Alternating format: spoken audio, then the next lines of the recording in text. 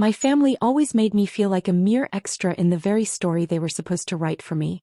At Sunday dinners, the smiles were rehearsed, and the polite questions about my life seemed more like a formality than genuine concern.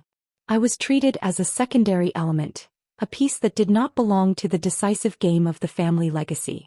While everyone boasted about their achievements and the tradition, I found myself excluded from the definition of who was worthy of the family's assets. My grandmother Grace and my grandfather Michael, the patriarchs who founded an empire of investments in real estate, always emphasized the values of tradition and legacy.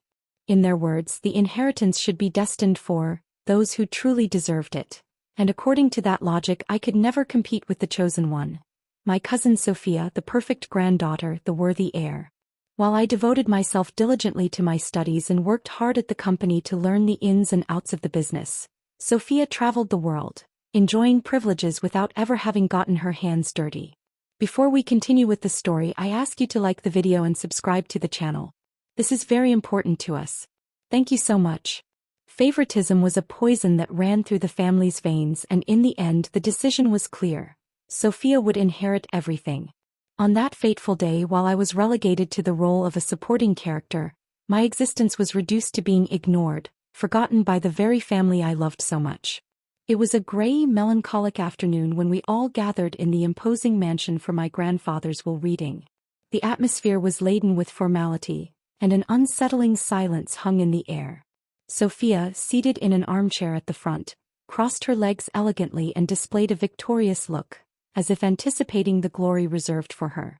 My heart raced, a mixture of anxiety and resignation. Part of me still harbored a faint hope, but that hope dissipated the moment the lawyer cleared his throat and began to read. According to Michael's wishes, 90% of the family assets and investments will be transferred to his granddaughter, Sophia, the lawyer announced in a firm voice echoing through the mansion's corridors. My hands began to tremble. Those words resonated like an irrevocable sentence. The will detailed that not only the shares and properties would be in Sophia's hands, but also all the bank accounts that sustained the empire. While my grandparents exchanged satisfied glances at the outcome, Sophia wore a smile that blended triumph and contempt. For her, this was the recognition that she had always been the destined one. Then the lawyer added one last sentence that cruelly echoed in my ears. And, as a token of appreciation, granddaughter Emma will receive a symbolic compensation of $50,000. An uncomfortable silence invaded the room. $50,000. Instead of being recognized as an integral part of the family, I was reduced to a mere gesture of pity. While some uncles and cousins cast looks of sympathy, Sophia looked directly at me with a smile loaded with irony. That's what Grandpa wanted, Emma. The perfect family decision. Applause and congratulations for Sophia filled the room. However, inside me a spark ignited. I did not react out of convenience because at that very moment, I understood that fighting against the sealed decision would be useless. But secretly I had already prepared my counterattack. For years, while everyone treated me as a mere extra, I nurtured a secret no one could imagine. I discreetly controlled half of the family assets. Amid the whirlwind of emotions, I knew that in 3 months I would be at the shareholders' meeting as the family's largest shareholder. Every look, every dismissive smile thrown my way only strengthened my determination. I wouldn't need to fight openly. The revenge would be silent yet devastating. That betrayal, the exclusion from what had always been mine, would be the spark for a turnaround that would completely transform the power game. As the will was read and all eyes were fixed on Sophia, I allowed myself a brief moment to think of all the years of study, work, and sacrifice. I knew I had never been the family's favorite, but I also knew that my true worth lay in the skills and knowledge I had acquired over time. That symbolic compensation would be the last attempt to diminish my importance, but I already had a bigger plan. The reading continued as the lawyer detailed every item, every percentage. But what truly mattered to me was the revelation that I had been excluded from the inheritance in such a cold and calculated manner. The atmosphere became nearly unbearable, yet at the same time the seed of my revolt had been planted. I knew that that night would mark the beginning of a new era for me, an era in which I would take control of the legacy that had always been mine by right. As the guests began to disperse and the conversation took on a superficial celebratory tone, I remained motionless, processing every word that had been spoken. The pride and satisfaction they felt for Sophia were only a reflection of the blindness that prevented them from seeing the true injustice. That afternoon, as the sun hid behind the clouds, a new chapter was being written, not by favoritism and empty tradition, but by someone who, in the shadows, had already prepared her ascent. I left the room with firm steps and a racing heart, knowing that the power game was just beginning and that soon everyone would have to face the truth I had carefully built. The betrayal had been announced, but my revenge was about to be carried out. 3 months had passed since that fateful day when I was publicly betrayed. While the family continued with their routine of appearances and celebrations, Sophia and my grandmother Margaret acted as if the will had resolved everything. However, while everyone slept soundly, I was working behind the scenes, refining my plan with the precision of a strategist. During those months, I revisited every document, every contract, every financial transaction of Holdings, the company that represented the family legacy. My humble beginning as a financial assistant had given me a privileged view of the company's inner workings. I studied the investments in depth, the acquisition strategies, and most importantly, the complex corporate structure my grandfather had created to protect the assets against taxes and risks. It was in this context that I discovered a crucial detail. My grandfather had never owned all the company's shares.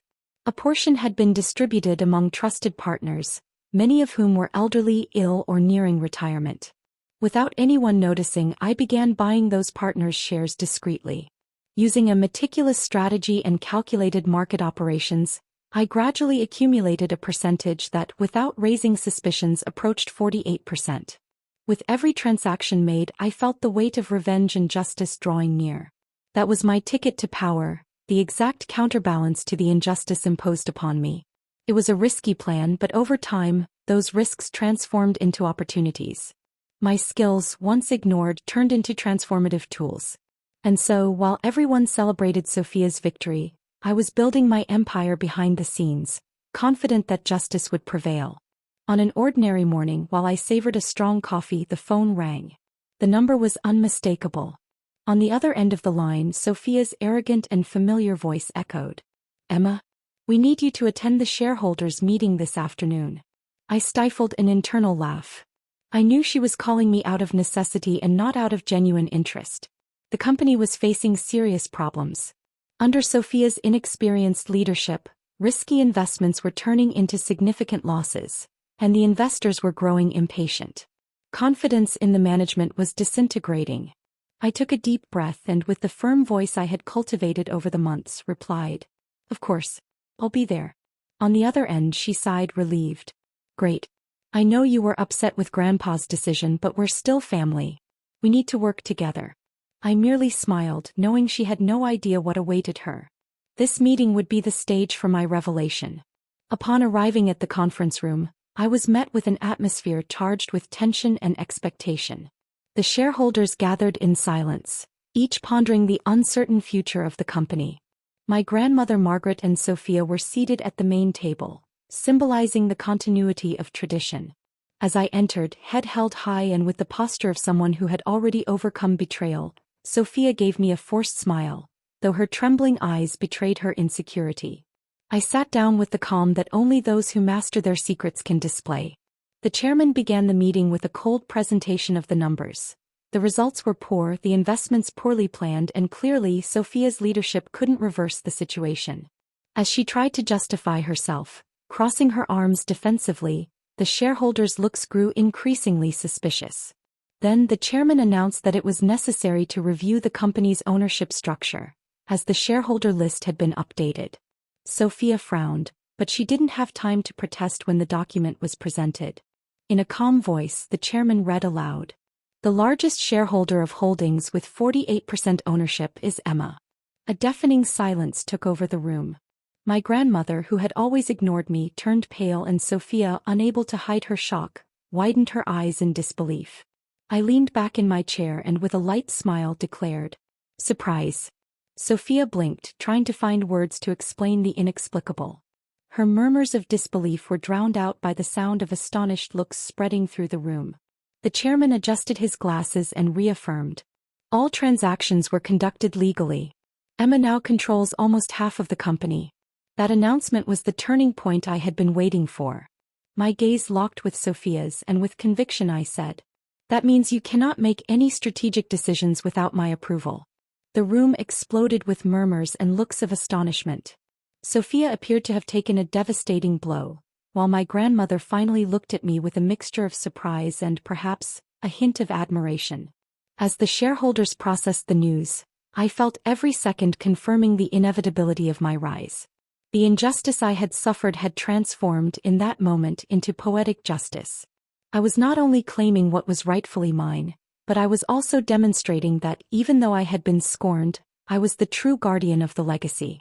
With the atmosphere in shock, the meeting was only just beginning, and the plan I had so carefully orchestrated was in full swing.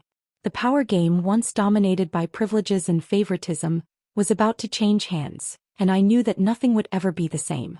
The tension in the meeting room grew even thicker after the announcement. Sophia, still dazed, stood up with a mix of anger and despair. The shareholders whispered among themselves, and the expression on my grandmother's face, who until then had remained silent, revealed an internal conflict. The truth was undeniable. The game had turned, and now everyone knew that I was the real force behind Holdings. Unable to accept the reversal, Sophia finally exploded. "This is a coup," she shouted, her voice trembling with fury. "I am the CEO. I was chosen to run this company."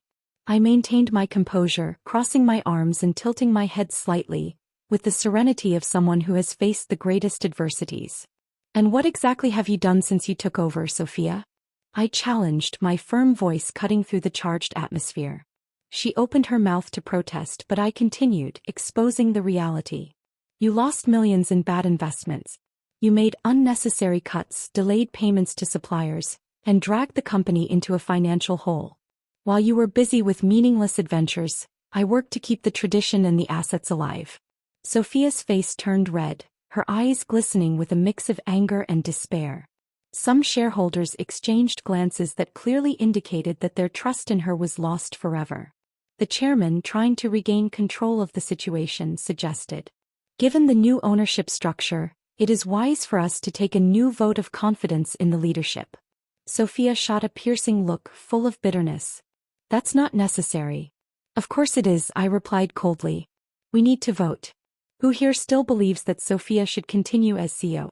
My grandmother, with a cold look, immediately raised her hand, as if loyalty to the past outweighed any justification. Only 2 other shareholders followed suit, while the majority remained still or averted their gaze. Then the chairman asked, "And those who believe that the leadership should be reconsidered?" Hands began to rise one by one until it became clear that the majority was on my side. I looked directly at Sophia, raised my hand with conviction, and declared loudly, "This is the final blow. Sophia, you are officially removed from your position." The impact of the vote reverberated throughout the room. Sophia seemed to have taken a punch to the gut. She recoiled, fists clenched and eyes fixed on me, while the shareholders murmured in disapproval of the old order. My grandmother, who had spoken little until now, raised her voice. "This is absurd. Michael would never allow such a betrayal." I leaned back in my chair and with a serene smile responded, "Michael always wanted what was best for this company. And what's best is not Sophia." The tension deepened. Sophia, unable to hide her indignation, whispered, "You set all of this up from the beginning, didn't you? You betrayed me first, Sophia." "I only ensured that in the end, the empire would remain in the hands of those who truly worked for it," I stated without hesitation. As the shareholders absorbed every word, the atmosphere became a battlefield where truth and competence prevailed over privilege and favoritism. Faces that once showed pity for me now displayed respect. My grandmother, in a gesture that blended reproach with admiration, finally looked at me with new eyes, revealing a spark of recognition. The chairman resumed speaking, proposing that, given the new reality, the leadership should be officially reorganized. The vote was practically concluded, and Sophia's downfall was imminent. The scenario, once dominated by favoritism and empty tradition, was now transforming into a new chapter where every decision was based on merit and strategy. A revolutionary mood hung in the air. Sophia, with her shoulders slumped in defeat, could barely utter one last word of resistance. And at that moment, the weight of the truth was indisputable. The shareholders' trust, Michael's legacy, and the company's future were now under my command. After the tense meeting, the atmosphere at Holdings seemed to have changed forever. Sophia was escorted out of the meeting room, not without casting one last look filled with hatred and disappointment. The silence that followed her departure was almost palpable, charged with a mix of relief and apprehension. My grandmother Margaret remained seated, lips set in a firm line and eyes fixed on the table, refusing to look at me. She had spent years ignoring me and now timidly saw the truth that I represented. I, on the other hand, felt a mixture of triumph and responsibility. I knew that this moment was the culmination of everything I had fought for, but I also understood that the new chapter required even more courage and strategy. With firm steps, I stood up and faced the shareholders who were still in shock from the turnaround. As of today, Holdings will be managed by someone who truly understands the value of work and strategy, I declared in a firm voice, leaving no doubt. I looked directly at my grandmother and added, and not by people who believe that inheritance is synonymous with unquestionable rights. My grandmother, whose stern expression revealed an internal resistance, finally looked at me, her eyes marked by a mix of incredulity and vague understanding. She murmured something about Michael's legacy, but I interrupted serenely.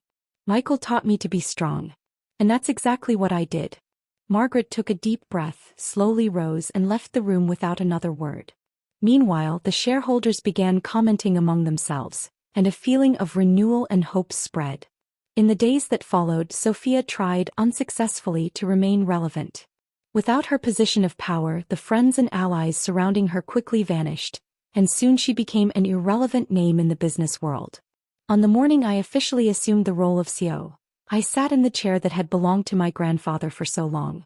I looked out the office window, watching the city that now represented the future of Holdings. The empire was finally in good hands.